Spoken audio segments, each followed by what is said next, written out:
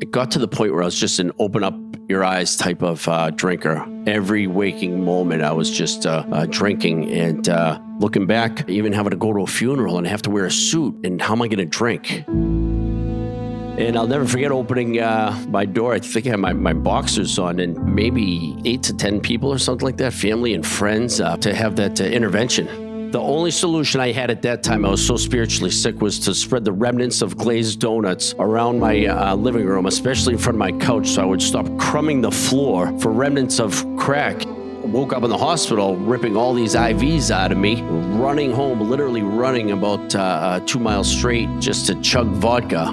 There were situations in Kentucky at the time when I was heavy in the disease, getting, shot at, pistol whipped, and those were just things. Shot at? I think I stole someone's license plate, put it on, and I remember driving back after getting off the ferry in the car, and my first thought is, it's the crack, it's the drugs. It's like, it's not even the alcohol, it's actually me. I remember looking up, just saying, God, I can't do this. I can't move this mountain, I just can't do it anymore. I just came back to my room, and I was just destitute. And I remember I just dropped to my knees, and this line from the movie The Shawshank Redemption just kept going through my head, saying, get busy living or get busy dying. Welcome to Seacoast Stories, a weekly podcast where we interview the people and businesses of New Hampshire and Maine. I'm Troy Farkas. I've produced some of the most popular podcasts in the world. And since moving to the Seacoast in 2023, I've fallen in love with the area and its inspiring people. And now I'm on a mission to bring the Seacoast closer together, one podcast at a time. The voice you just heard is that of Freddy Petrone, and he's about to tell you the most unbelievable story in the history of Seacoast Stories. Freddy is the founder of I Got Bridged, a Portsmouth nonprofit which helps marginalized people on the Seacoast overcome the barriers preventing them from living their best lives. I Got Bridged has 2 15-passenger minivans, a minibus, pickup truck, passenger vehicle, and a team of experienced drivers which take Seacoast residents in need to places like Gather, Walmart, doctor's appointments, and community spaces like the Recovery Church, which, as you'll soon learn, is a sober home that's a critical part of Freddy's story. It's a miracle that Freddy is alive. He's in his early 50s now, but at the age of 45, he nearly gave up. After an eye doctor told him he'd soon lose his vision, Freddy promised to drink himself to death. After a lifetime of addiction to drugs and alcohol, a string of job losses, and multiple divorces, Freddy contemplated jumping into the Piscataqua River to stop the pain. Today, he thanks God he never made that jump, and on behalf of the people of the Seacoast, I'm thankful he didn't as well. Because with I Got Bridged, last year's TEDx Portsmouth talk, today's podcast appearance, and a personality that lights up every room he walks into, Freddy's voice has become one of the most important the Seacoast has to offer. On today's episode, Freddy tells us just how low he sank during his downfall and the moment that finally caused him to change his ways. Plus, he takes us inside his 12-step recovery and why it led him to stop thinking about himself and to start focusing on others. That's just the tip of the iceberg, and I must warn you, this episode contains references to suicide, so listener discretion is advised. Also, this story is chaotic, so allow me to set the scene a little bit more. Freddy is from York, Maine. He attended York High School, then Roger Williams in Rhode Island for college, and he's bounced around all over the country from the Seacoast to Kentucky to Arizona, back to Rhode Island, back to the Seacoast, and so on. And as things began to unravel, he worked for Morgan Stanley. But like most of his jobs, that one didn't last very long. Okay, that's enough context. Here's Freddy with what he calls the beginning of the end. But what had happened is, as much as I was successful financially, I was keeping this alcoholism and drug addiction at bay as best I could, and it was just continuing to progress because alcoholism and drug addiction it's a progressive disease, and it's a fatal illness that I was suffering from. So it was getting worse and worse and worse, and I was continuing to do more and more cocaine. And then, believe it or not, I had the bright idea. I remember a friend and our acquaintance were in the condo I had, and we decided to Google how to cook crack cocaine. And that was the beginning of the end for me. That was I became an absolute slave to that drug. And I remember just my only solution, it got bad, really quickly. And I was just hanging on. I remember the only solution I had at that time, I was so spiritually sick, was to spread the remnants of glazed donuts around my living room, especially in front of my couch. So I would stop crumbing the floor for remnants of crack. And what ended up happening was I started smoking glazed donuts. That's how sick I was. What? And I would smoke glazed donuts, hoping that it could have been a piece of crack. And anyways, it was that's where I was. That's how the disease had just gotten so bad. That's where I was. Yeah. And, okay, wait, let me stop you. So you started by saying that you believe you were born with alcoholism. Did it run in your family? It did. It runs rampant. There's heavy loss of family members, either that or several of them are dead and have died of this disease through alcohol, as well as several overdoses within the family. And so it is it's a family disease. It's hereditary. And no one in your family, as you were moving through high school and college and partying, no one ever tried to talk you down, considering the family history? No, they're hoping it would go away. And being a salesman, I was selling them on the fact that all of these things that I was going through were, if not normal, they'll go away. And it's funny you said that about the family. What ended up happening was they had purchased a book. My mother-in-law at the time, they found a book on ADD or ADHD. And they thought, oh, this must be why he goes out for a gallon of milk and comes home in 2 weeks, It's like that wasn't the problem. It was, cocaine and crack addiction. And what ended up happening was with my family, they knew something was going on, and they were hoping it would go away. And I was always borrowing money from my sister who lived down there. And I forgot to change my address when I was going through my divorce with my wife. And thank God she ended up opening up my my W-2s and saw the amount of money I was making, saying that was the final straw. They said, this does not add up at all. How could he be borrowing money from me? He's going to payday loan places. And, it's really, it was the money thing that they just... Because you were spending all of your money on drugs and alcohol? Yes. Yeah. Not only spending all of my money, I'm borrowing money from my sister. And then they opened up, and thank God my sister did open up my mail that went to her home. I never had changed my address. And that was the start of several rehabs. I was involved with many rehabs, rehab after rehab after rehab. And from the first one, I ended up taking home, a woman, I was telling my mother, and if you told me at the time, if you put me up to a lie detector test, myself and the woman I took home, and that we were going to stay sober together, and we're going to eat healthy. I remember going through the grocery line, we got the fruits with the vegetables, things are going to be different. And we went to, half a 12-step meeting. We went to half a meeting, and that was it, and we started promising each other, we're not going to shoot it. We're not going to smoke it. It's insanity. And that didn't last? No, unfortunately. And, that just became a repeat thing for me. What would happen is they call them spin dries. When you go to an inpatient rehab, get well physically and come back. And I was not doing this. I love this saying, as in life, not just in recovery, but nothing changes if nothing changes. And nothing changed. And that would happen I went to a total of 4 rehabs. And as a matter of fact, one of them, I was up for I thought my legs were broken. I think it was in Arizona. I went to the hospital, and I was in a wheelchair, and I thought both my legs were broken. And come to find out, I was diagnosed with shin splints from tiptoeing too long. Wow. That's I was quiet as a mouse. Wow. That's sick. Very, very sick. And but I ended up going to a total of 4. And when I came back home in 2008, it was another one of those things where things are going to be different. My parents were opening up a hotel and a restaurant in York Beach, and I was going to go home and manage it, get on my feet, and kind of switch gears. And things were always going to be different in my head without wanting to do any work, hoping this disease of alcoholism would go away. Right. And were you the one admitting yourself into rehab, or was someone making you go?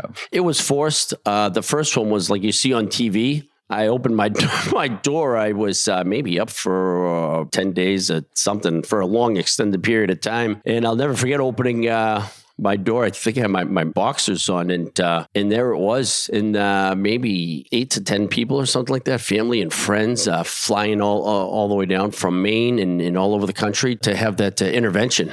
And they all had the letters going, and it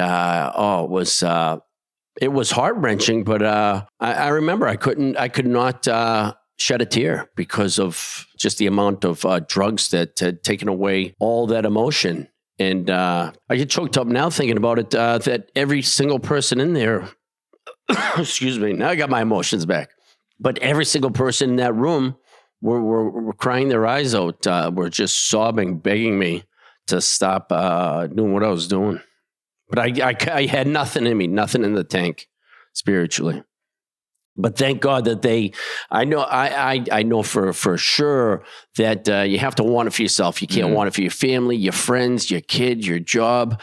And but if they did not step in at certain times throughout my life, I would definitely I would be dead for sure. And so thank God that they did step in. And speaking of job and in family and friends, when people are drinking now, drug and deep in their addiction, they say to me, well, what about my job? I tell them, don't worry, that'll be gone. But what about my kids? I said, don't worry, the state's taking them. And when I told my parents, what about my job? They said, they called us. So, yeah, that's kind of what had happened. And I came back here in 2008. But I never went back into another inpatient rehab. I was I had stayed sober after my last rehab and came back here. I had stayed sober for 6 months. I had tried going to some meetings. I went to several meetings without doing any work. When I say any work into the 12 steps, I was simply going to meetings and hoping this thing would just go away. But I was just simply put, an untreated alcoholic. Yeah.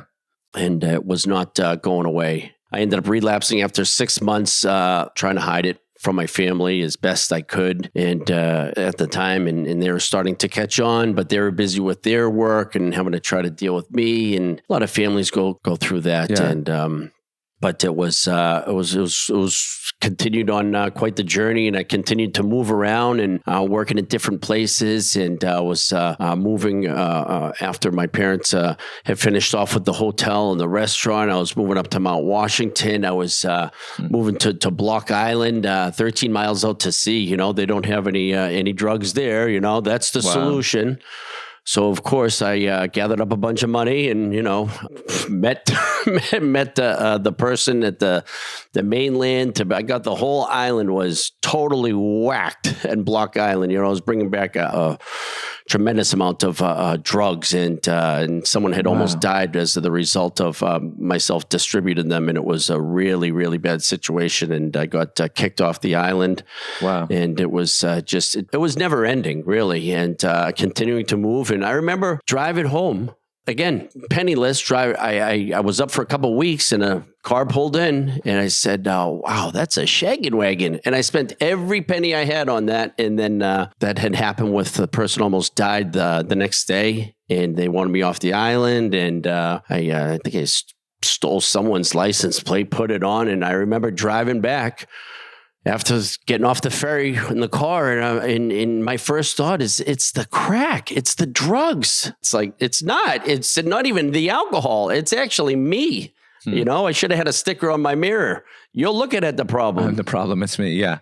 Wow. Okay, wait. So I have so many questions. Take me into the average day at the height of your addiction. What did it look like?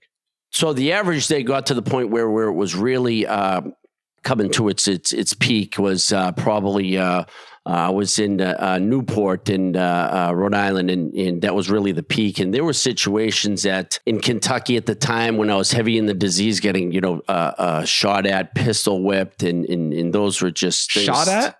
Yeah, absolutely, and in really, really, really bad areas, and that was in Kentucky, and luckily I stayed alive. But then, as the disease kept progressing and getting worse, I was ended up being in Newport, Rhode Island, where even though that was bad in Kentucky, it was really came to a point where I was in Newport after all these different moves to Block Island, other places in Naples and Florida.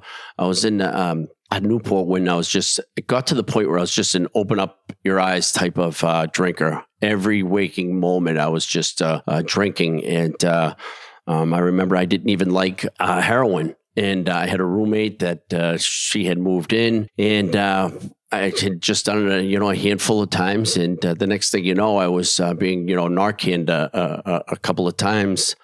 Woke up in the hospital, ripping all these IVs out of me, running home, literally running about 2 miles straight just to chug vodka.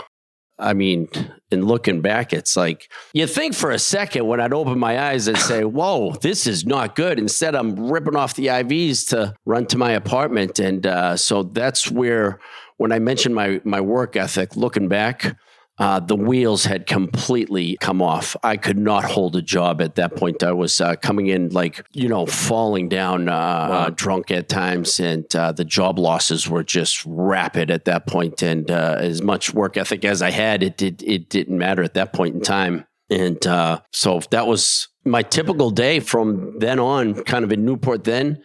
I then went to Wentworth by the Sea. I moved back home to Portsmouth with my parents for the time, and then I got a job at Wentworth by the Sea, and I put in a transfer immediately to Key West. So it was funny. The manager said, "Did you put in a transfer to Key West?" And I went down there for 6 months, and the gentleman that told me, Freddy, that's where people go to die. He's actually dead from this disease. The gentleman who told me that, Toddy Boy. But that's at that point in time, all throughout these times, even coming back, I was just morning, noon, in night, just nonstop. I would have a bottle of called Haterade, and I would just walk around with vodka and orange Gatorade from morning, noon, and night, just constant, every second of every day. And to speed it up, even it crept right up to looking back, even having to go to a funeral and have to wear a suit. And how am I going to drink? And the selfishness of an alcoholic. I mean, believe me when I tell you, my uncle, horrible. He died of cancer.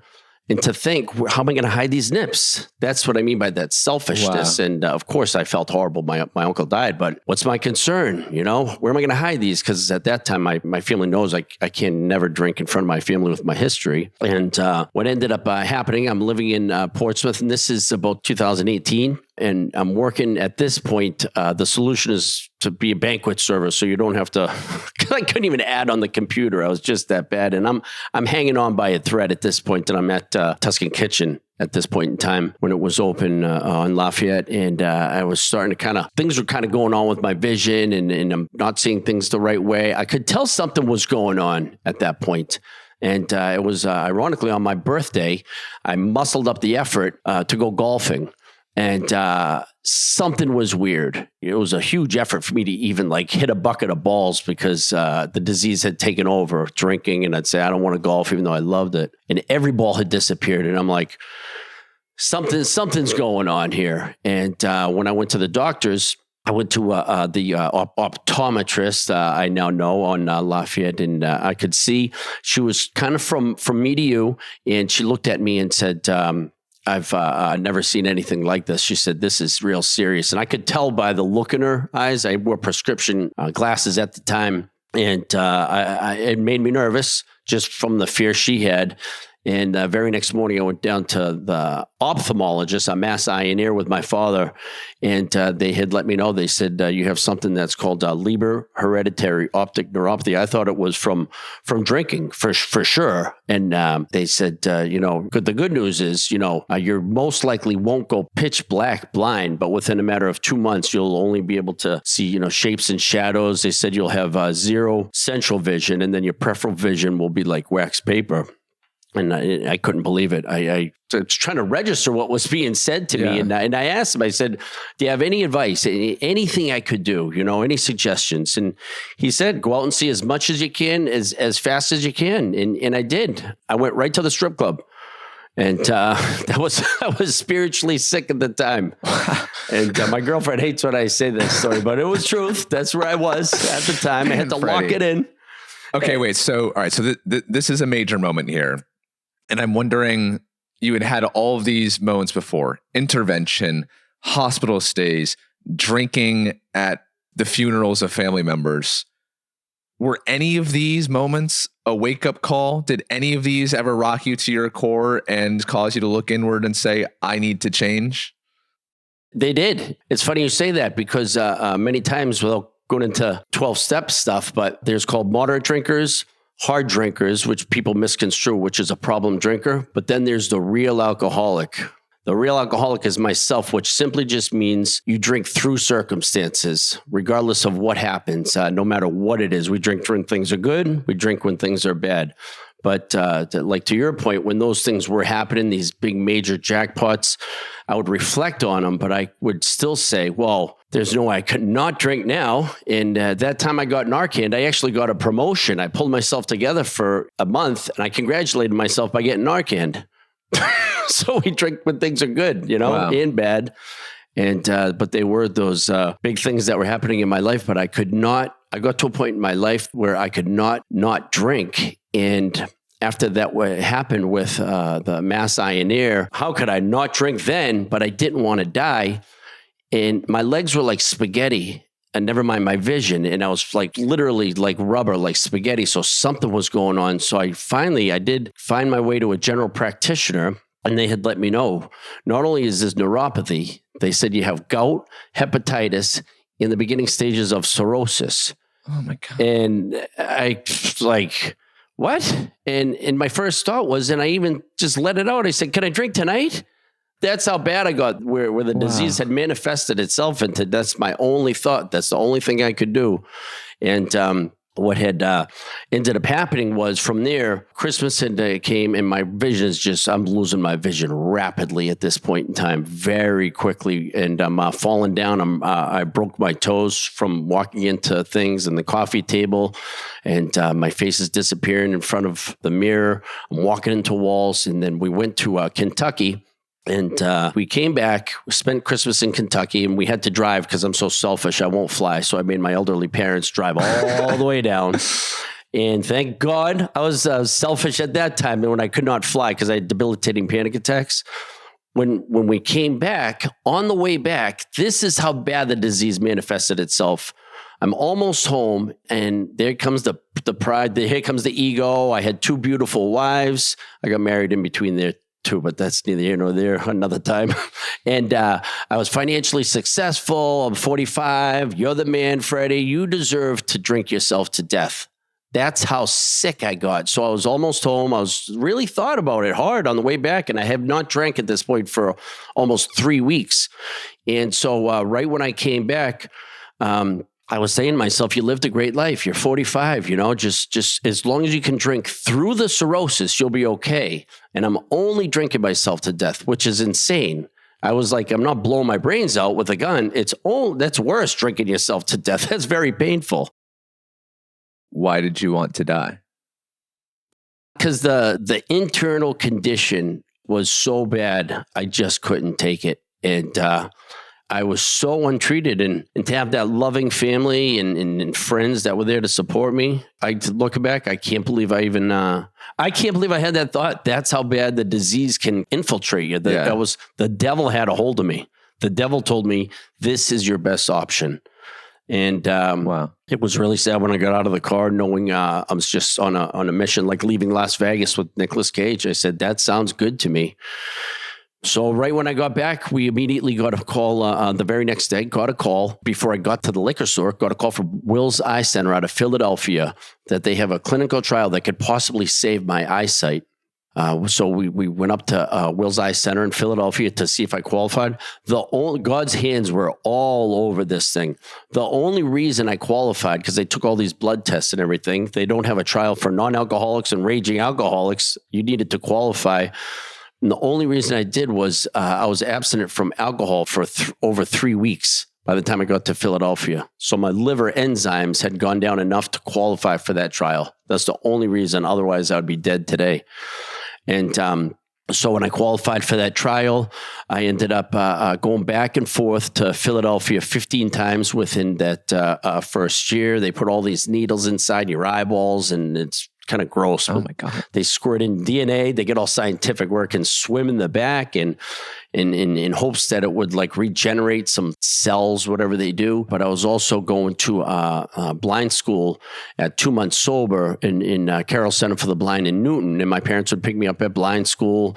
And at this time, I'm going back and forth several times to Philadelphia with my parents. And I'm sure I'm getting my sight back. I was pretty confident. And I'm at blind school. And I was so overweight. I was like a pregnant pipe fitter. I was like just awful way. I could barely tie my shoes. And I was just in an awful way physically and mentally. And I was 2 months sober.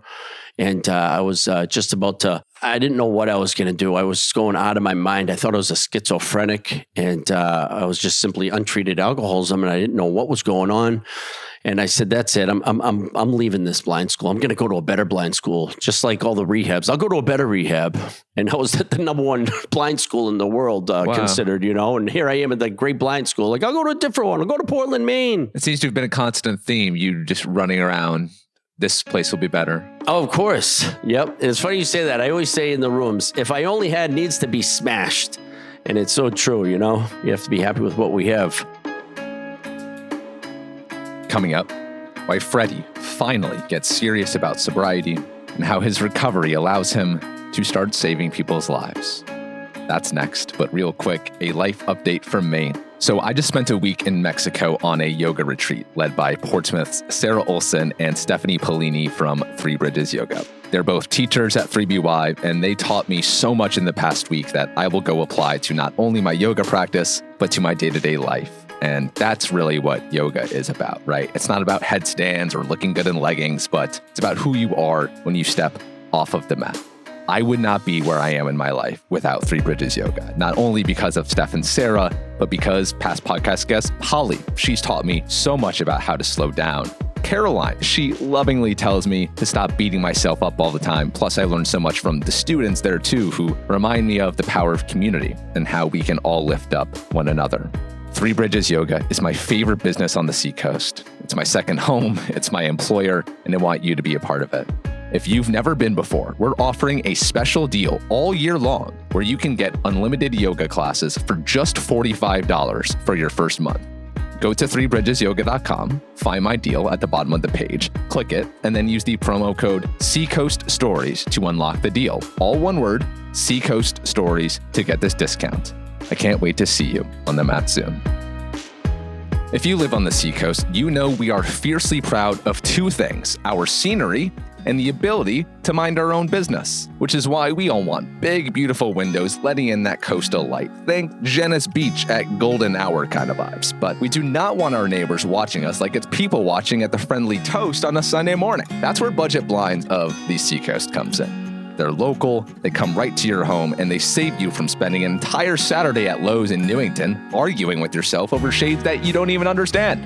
Whether you're in a Portsmouth condo, a Dover colonial, or a Maine beach house where the sun hits harder than an ice cream cone at Lagos, Budget Blinds helps you control the light, the privacy, and the vibe. custom blinds, shades, and shutters, professionally installed, priced reasonably, and done right the first time. For more details, just visit the link in the show notes. Thank you, Budget Blinds and Three Bridges Yoga, for supporting today's podcast. Now back to my conversation with Freddy Petrone.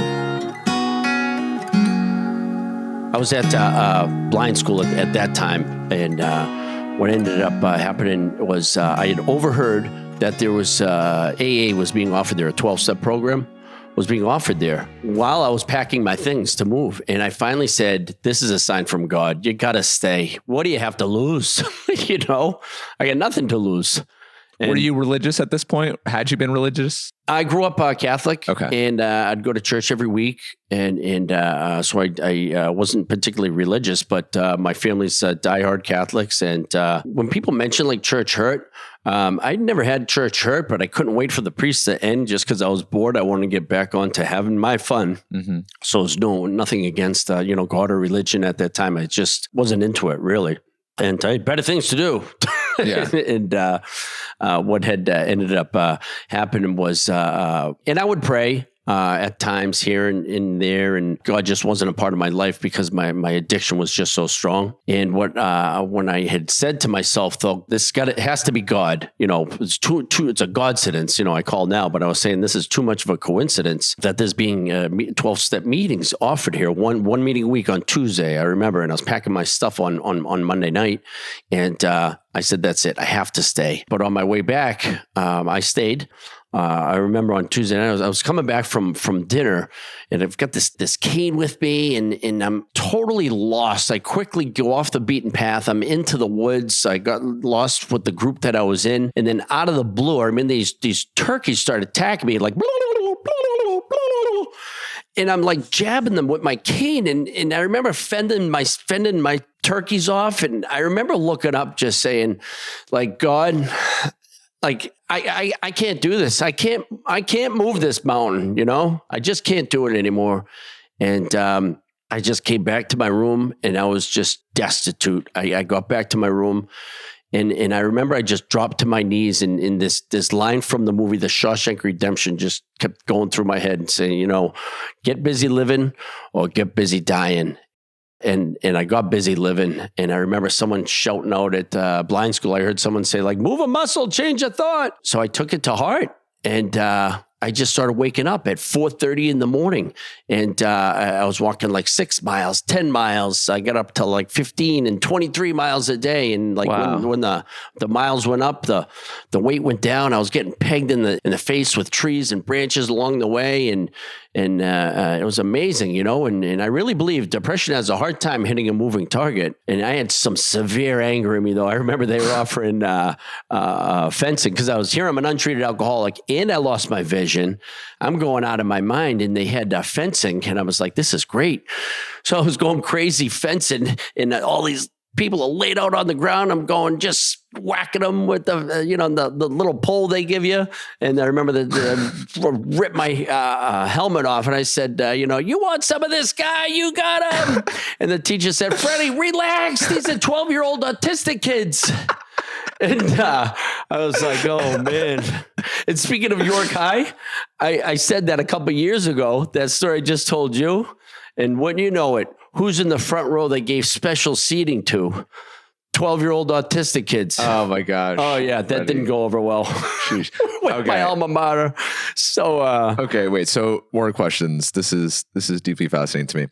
Okay. So you had tried many times in your life to get better, to overcome your addictions to drugs and alcohol, had always failed. All of the potential wake-up calls had never quite gotten through to you. Why did you, being blind and being in blind school, why did you finally have a moment where you had that Shawshank Redemption quote and where you said, I'm going to go the path of living? Why did this moment speak to you?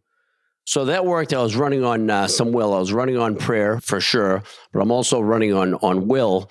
And speaking of self-will, I don't tell this a lot, but it's a little more detailed here. I actually was trying to get to a liquor store, and thank God I got lost being blind at blind school because I couldn't take that internal condition And thank God I got lost. It was but it was a couple times and I got lost and I stayed sober and I continued to walk, and I was going to just that one meeting per week. And I finally, what ended up happening was after I ended up losing 55 pounds and I was walking and I graduated after 16 weeks of blind school, I came home back to Portsmouth and I was going to a lot of meetings. I was really excited saying, I'm going to hit the ground running. This is just going to be amazing. And I started going to meeting after meeting after meeting, and I'm really starting to go crazy. I'm looking out at the Memorial Bridge saying, wow, could life get any better than this? And then an hour later, I want to jump off the Piscataqua. I mean, I was going crazy. I'm going into churches, crying my eyes out. And when I was mentioning it at the meetings I was going to, they said, Freddy, I said, what should I do? And they said, you better double up on your meetings. So I did. And I got twice as sick. What ended up happening is burning through sponsors. People were not willing to work with me. I was having a really hard time. There's tremendous people in these rooms of recovery, but there's a lot of people that didn't know what to do with me. And I was blind, and I am blind, and I'm walking around with this cane, and I was burning through sponsors. And it wasn't until this is that moment when it came, I was almost ready to just go back out drinking and say, I'm all set. And I'm about probably 9 months sober at this point in time. Guy came up to me and said, I don't know if you remember me, but my name's Dennis. And I knew right away. I said, you're my sister's boyfriend from college. 30 years ago, he remembered me from. I hadn't seen him in 30 years. He said, I can help you. Sounds like you're pretty restless, irritable, and discontent, which I was spouting out at meetings. And anyways, we figured out a way. He said, if you don't go through these 12 steps, you're going to die. And I was going to die. And to drink is to die. And we set off on this, life-saving mission. And he took me through these steps. It was just amazing. And we figured out a way to write. I can read with very large, like a black Sharpie on big index cards. We were trying to figure out a way in which he could work with me. And we were figuring it out. We were helping each other. And he kept saying to me, I was thanking him. I was making him omelets every Saturday. He'd come over and go through the literature with me. And, I'm blind. He would tell me they're delicious. He's crunching on eggshells because I'm throwing everything in there. And we're having a good time trying to get myself recovered. And I remember I was going, there's 12 steps. I just finished 7. This is halfway. I'm still confused, but I was trusting the process. And I love saying that. You got to just trust the process. And I'll never forget, I was halfway through the amends process, step 9. And I just started yelling at Dennis in a good way. I said, we got to get these guys to the other side. It was amazing. And I caught fire and I never looked back. And every time I would thank Dennis for helping me, he would tell me, don't thank me. I'm getting more out of this than you're getting out of it. And I'd say, he's just full of it. He's just saying that. And it wasn't until he put the training wheels on me. We took, went fishing in the rooms, and I took a guy through the process with the help of him at first, and then he took the training wheels off. And that guy, from the first guy, I've taken many people through the 12-step process. To see someone, well, not see them, but I could feel it when the gentleman, the first guy I took through the process, when he was in the rooms for 25 years. And then when he went through, he was running around the room saying, I don't mean to sound hokey, but this is incredible. It was wild. And I'm getting God bums thinking about it. And, we don't have a monopoly on this thing, the 12 steps, but we had found something that works for us. And it wasn't any magic pill. It was just having a spiritual experience. It was, I needed to have that psychic change and that I never had before. And I had never looked back. And what it ended up happening was that when I went through the process, I was around a year sober. And around a year sober, that's when that 12-month clinical trial was, I was going to get my sight back. And it was getting weird because 10 months, 11 months, nothing. And I knew I wouldn't get it back on day 365. And all of a sudden, unfortunately, I never got my sight back. But in turn, although I didn't get my sight back, it ended up saving my life because I got hooked on the 12 steps in God. And, the 12 steps was a salvation to Jesus for me. And it was it was amazing. And it was just taking other people through that process. And the one thing Dennis had instilled in me was the importance of helping others. And that really resonated with me. And I was trying to do whatever I could. I was giving out popsicles in Market Square. I was trying to think of stuff, giving out like some care packages, and then winter was approaching, and so the church, we call it the Pumpkin Church, where our office for I Got Bridged and Recovery Church is, had made about 5,000 copies for me to pass out. So I walked in within like an 18-mile radius, because just to put them in the mailbox and the doors, and I was just trying to think of something to do to stop thinking about myself. And when the calls started to come in, calls were coming in. They wanted their home shoveled, and I was so excited. Just it gave me something to do. I was finding some sort of purpose. And speaking of purpose, the book that changed my life is The Purpose-Driven Life that my girlfriend Joy had introduced me to. The first 4 words in that book is, "It's not about you." And I was trying to find something to make that it wasn't about me. And we started shoveling. And ironically, the gentleman who started to help me shovel, he was handicapped. And I could kind of tell he moved a little off. And we started shoveling, and I remember he starts yelling at me, "Freddy, you're shoveling snow right in my face." And I said, "I'm sorry, I can't see you. I'm blind." He said, "Can't you even at least tell that I'm a hemiplegic helping you out?" I said, "A hemi what?" He said, "A hemiplegic." I said, "What the heck is that?" He said, "It's when only half your body works." I said, "Half your body?" I said, "No wonder why we've been shoveling around in circles." And that was kind of key there, because we were laughing our butts off. We're helping someone else out. We're helping each other not think about each other. And then I said, "You know something, Jim?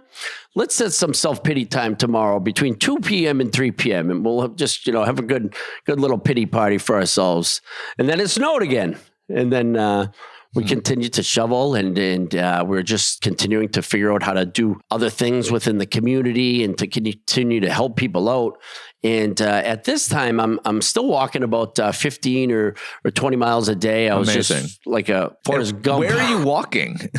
Into like what's your route? Probably like it was at that time really like Newcastle into Kittery, like Rye, anywhere and everywhere I could that was safe overall. That's amazing. And why did walking become the thing? Well, first of all, because I was pregnant, and I was trying to lose that weight. And I actually had become, talking about getting rid of resentment, when I lost my sight, this psychiatrist was giving me so many different pills. Try this pill, that pill, this pills. Try these pills. You'll love it. They make you look pregnant. You can't have sex. Imagine that resentment I had to get through, having erectile dysfunction. You're like, can it get any worse? Yes. And ironically, God has a sense of humor. Every other commercial on TV was an erectile dysfunction commercial. It says, "Please call the number below." I said, "I can't read it." And, but it's, it all happens for a reason, because when I got back from blind school, talk about the ultimate oxymoron, a sex addict with erectile dysfunction, right? But I'm in the rooms, and it actually helped I with the erectile dysfunction, because I kept my eyes on the prize, and not that prize. And so when I was walking all over, I was always walking to Kittery and back. And that bridge, I just love the Memorial Bridge. That bridge. It connects New Hampshire and Maine. And I continually kept getting stuck while the bridge was up. Classic. So I had sat there, and I finally said to myself, wait a minute. Not only is this a physical barrier, but it's a metaphor for life, how to get to the other side. Not only, by helping others cross their bridge, that will enable me to forget about my problems. And that's where the nonprofit I Got Bridged was born. And from there, I was trying to just figure out how to help people cross their bridge at that point. And then I had come across Joy, who is now my girlfriend. She was going through what she was going through at the time, and looking to volunteer. And I was like, this is perfect. And so she quickly came on the board. My family were a huge and continue to be a huge asset to I Got Bridge, helping out to print business cards. Wow. And we're all figuring out how to do things. And your family stayed by your side all through these years. They did. They really did. They loved me back to life. And wow, man, if it wasn't for them, they really did. My family and close friends, and they never They put up with my nonsense, and because my problem wasn't drinking, my problem was being sober. So I was really difficult that first year. I was going out of my mind and lashing out at people, and they were there for me, and I had made an amends to all of them, and it was just an amazing. It's all through the forgiveness that really gave me that taste of freedom, and they were there for me the whole time. And so when we started I Got Bridged, I mean, that was 5 years ago, 2021. It was formed January 2021. And we didn't even know how to spell 501c3 myself. I didn't know how to say it. It was so foreign to me. We actually printed it wrong, but we were figuring it out along the way. And, reaching out to the people that know better than us. Joy had a great idea reaching out to SCORE. Mm-hmm. They work with profit and nonprofits, and they were giving us some expert advice what to do. And we were listening to them. And we were raising money for our first, we called Bridge-a-thon. We knew we wanted to raise some money to help others somehow, some way. And as you can imagine, so I was going to the food pantry, but my elderly mother, she had to come from Maine to take me to the food pantry. And I felt horrible for her having to come to get me to bring me the food pantry. I wasn't saving a ton of money, smoking crack at the time. I wasn't dipping into my savings. So I was on the bridge, and all of a sudden I said, that's it. I remember the hair stood up on my, like a porcupine, all these God bumps. I said, we'll get a 15-passenger van. We'll call it the Bridge-mobile. And what ended up happening was I was going through that 12-step process. We ended up getting the van through the raffle. It was super successful. We was really excited about it. And so we got the van. And after that, I ended up telling Joy, after everything was fixed, it was beautiful van, but needed a couple things. And of course, needed the registered, insured. And then we needed the heat fixed. It's middle of December.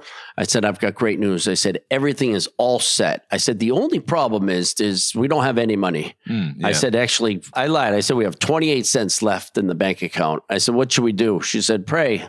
I said, pray? That's all you got? So I did. I prayed. The very next day, I go through my mail with FaceTime with my sister in Kentucky. I'm going through FaceTime, and she said, wait right there. Open my mail.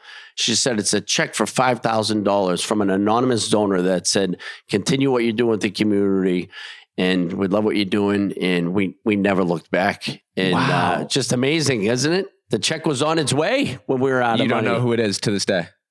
We finally did some serious digging, okay. And incredibly, his daughter and son-in-law live in town, and the whole family has rallied around us and continued to donate annually, which is amazing. God, I love the Seacoast. I know, it's wild, and you can't even make that stuff up. It's so crazy, and what an amazing plan that God has for us all. And during the early days of I Got Bridged, there's no interest in picking up a drink again.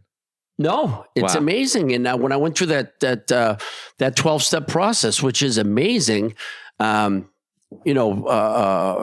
go all recovery on you, but it's we get placed in a position of neutrality. It talks about it on page 86. It talks about we're not cocky or we're not afraid, which means we could just simply take it or leave it.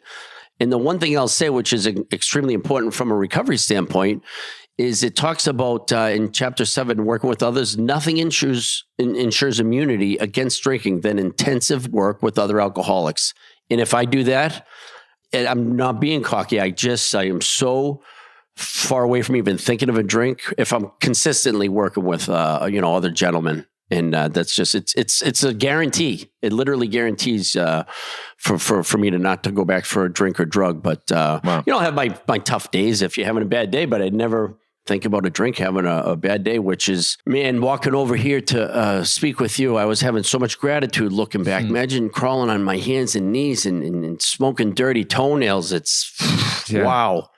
It's just amazing. It is amazing. I mean, even before you got here, I had to call you to direct you where to go. And you had this amazing memory of, his Oomph Salon there. And, it's by, Studio One, which is formerly Mission. It's amazing. Imagine how heightened your senses are and how the memories are far clearer for you than perhaps for me. Right. Because you have to be. Yeah, it is. It is. And you rely on all that memory. You know what's beautiful about losing my sight too, though, is I used to be the most superficial person in the world. Now every girl I look at is drop dead gorgeous, you know? I mean, how's that a handicap? I just check for the Adam's apples. Oh my gosh. How do you have such an amazing energy about you? You've gone through so much dark, heavy stuff. No one would blame you for being just a horrible person who's just mad at the world all the time. But you can talk about being blind in a joking manner, and you can crack all these jokes. You have a lovely sense of humor. How are you like this? Took a lot of work, and but the work doesn't come overnight. I always had that sense of humor, but I had that real angry side to me as well, especially losing my sight, untreated alcoholism, and something I did not share then because I had the fear of what other people thought of me. But I share now, especially in the rooms of recovery, where I got on my knees and prayed for willingness. So I found this at blind school, somehow, some way, screwing around with my phone. I found an 18-second video from Rocky III, and it was only 18 seconds. And I played this thing the first year over 30 times a day, 365 days a week. That's over 10,000 times I listened to this video that said, all your power, all your strength, all your love, everything you got. And so you got to punch and punch and punch till you can't punch no more. And I listened to that, and I'm walking around like a crazy man around Portsmouth saying, you got to come at this thing with everything you got. And they probably thought it was like, this is that blind nutbag. and that's okay. But I say it now, meaning I tell people, you don't use my video, use that Rocky video, use any video, use anything you need to do to light a fire under your ass. Because it's tough. And then until it becomes constant, until I got over that threshold.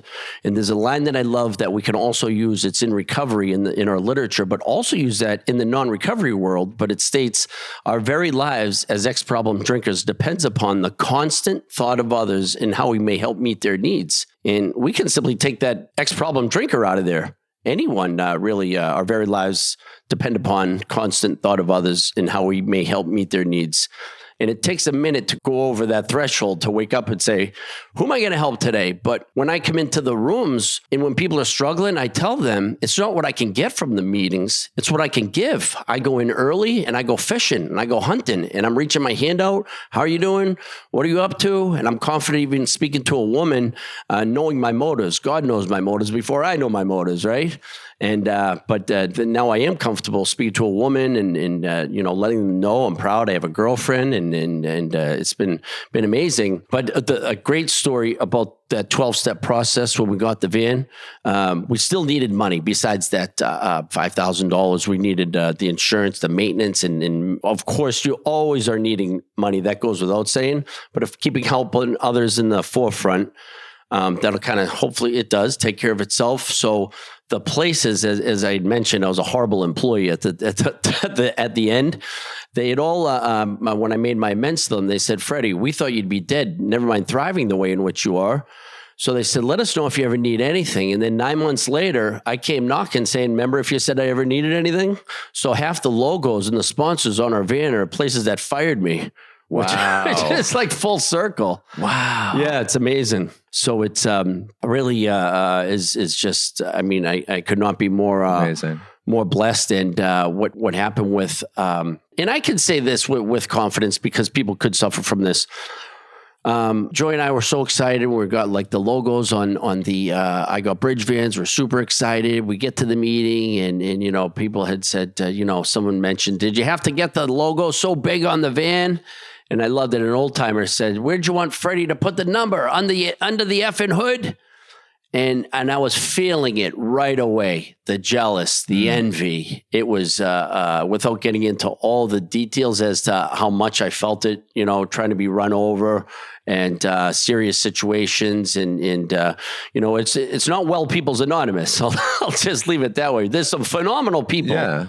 Phenomenal people out there. And I am in no way generalizing. It's just as in life, there's sick people. Right. And I actually just went to court a couple months ago, had to get a restraining order because someone's trying to run me over and he came up in shackles and like run you over with their car? Oh, absolutely. What? Yeah, for sure. We had to get a restraining order and I did. And it comes with the territory sometimes. And there's just... It shouldn't.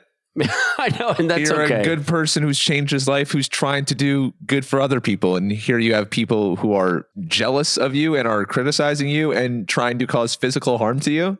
I know it happens, and I have to be.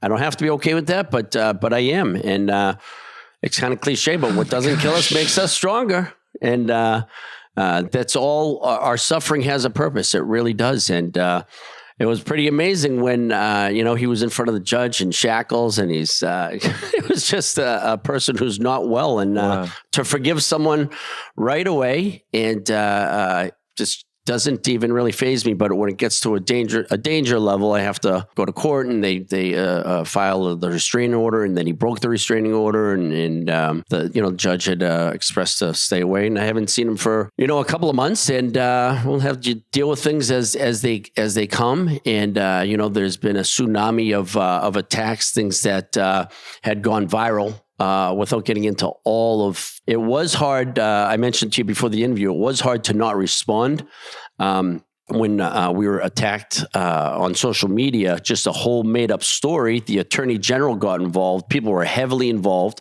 They opened up our books, and it was so just incredible for the attorney general to say, not only have you done anything wrong at all, you haven't done anything wrong, but we can't get over the amount of people you're helping within the community. And it felt great redemption in that. And to not say anything, Joy went Michelle Obama on them the next day. We put one single post that said, when they go low, we go high. And it was, amazing to just not respond to that. And that went away like it always does. And all these big things that have happened to me have built a foundation where when I'm being attacked now, it's a nothing burger. I love to hear that. So cool. All right. So let's talk more about I Got Bridged. I referenced some of the vehicles in the intro. Where are the vehicles going? Who is getting in the vehicles? Who is helping behind the scenes? Tell me all the things. We now have over 200 volunteers, which is just amazing. And we have 18 insured drivers we have a minibus. We have 2 15-passenger vans. We have a pickup truck where we transition the people at the shelter into residential living. We have a commuter car, which actually gets people to doctor's appointments and different appointments they need to go throughout the city. And it's been so amazing. And there was a gentleman that you never know where these stories come from. Joy, we do a couple hundred essential bags each year. We do about 500 essential bags total for now. We're going to be doing more in January as well. A gentleman came up to me at a meeting about 5 weeks ago, and he said, "Are you Freddy from I Got Bridged?" And he said, "There's a woman who was in turn ended up being Joy.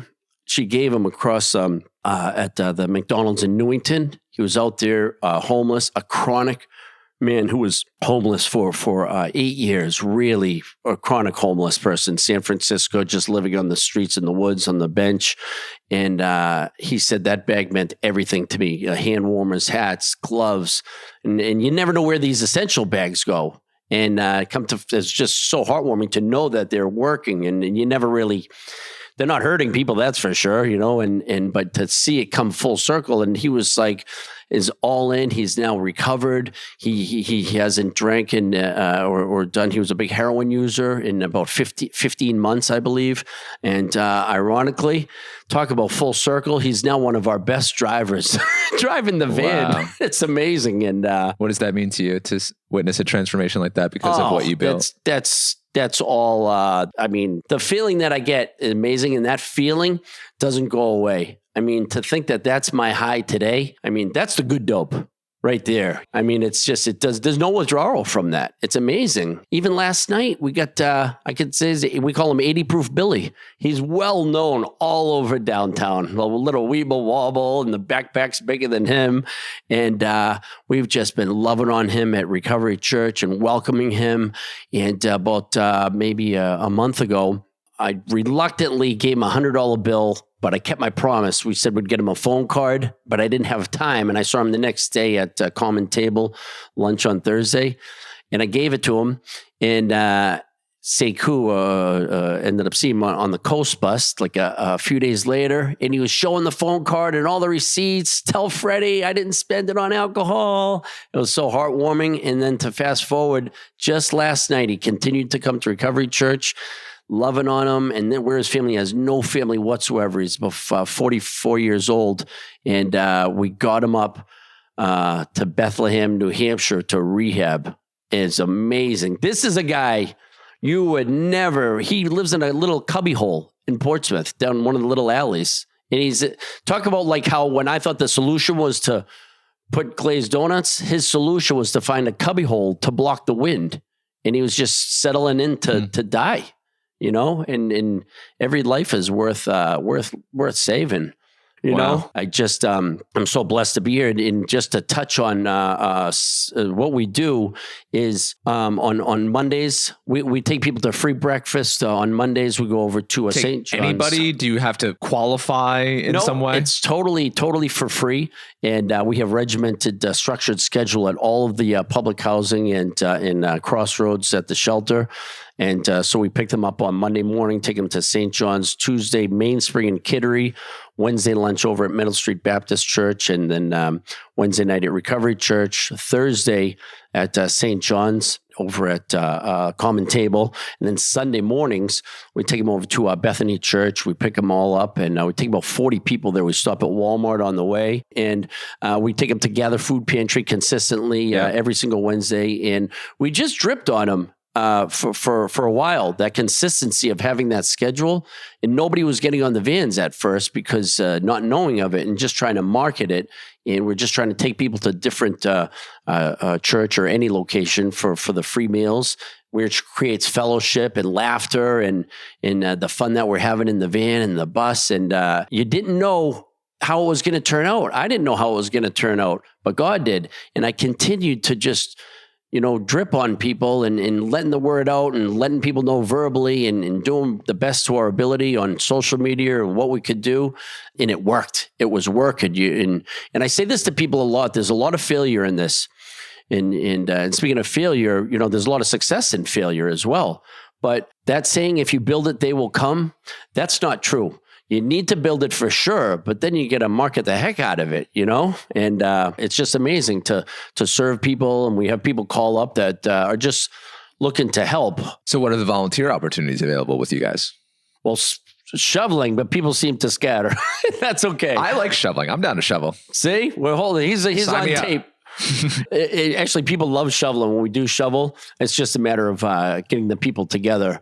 And speaking of shoveling, incredibly, after we shovel, flatbread company, they provide us with pizza at the end of the day. So we're really laughing our butts off the whole day shoveling. We do have fun shoveling. It's just a matter of, gathering them up at, 5 in the morning and getting to it. But between the shoveling, then we have greeting opportunities. Then we have fundraisers coming up where we're always looking for volunteers for the event planning. And then in January, we'll be doing the essential bags again. And we're always looking for drivers for both.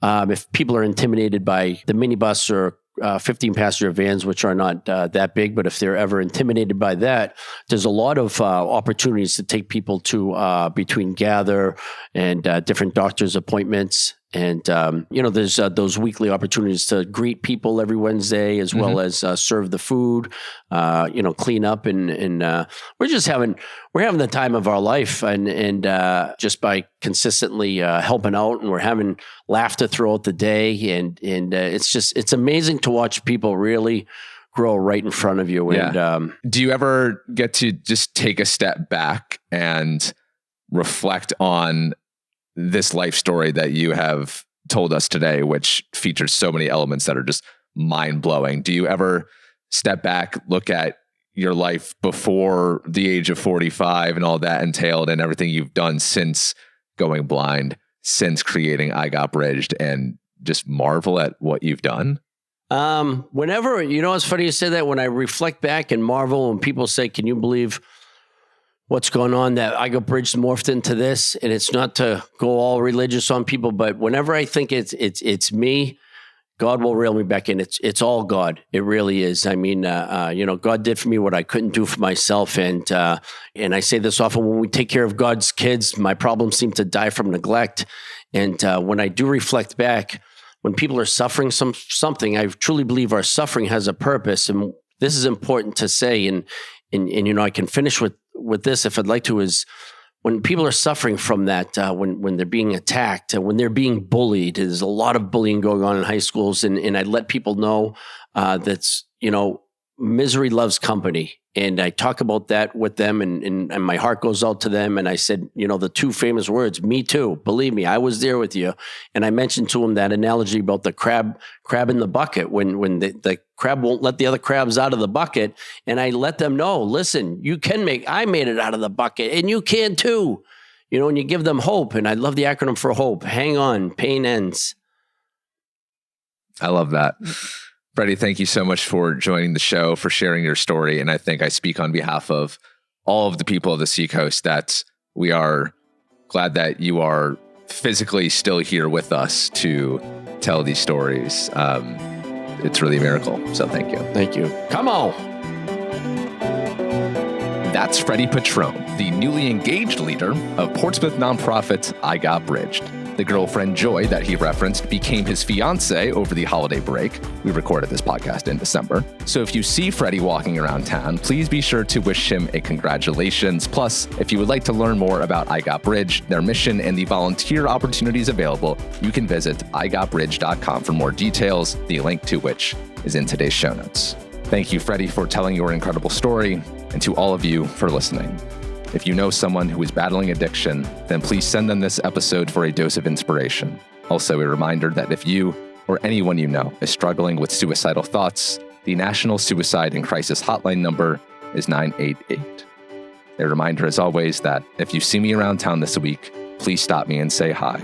I would love to hear your story. Until next time, have a great week. I'll talk to you soon.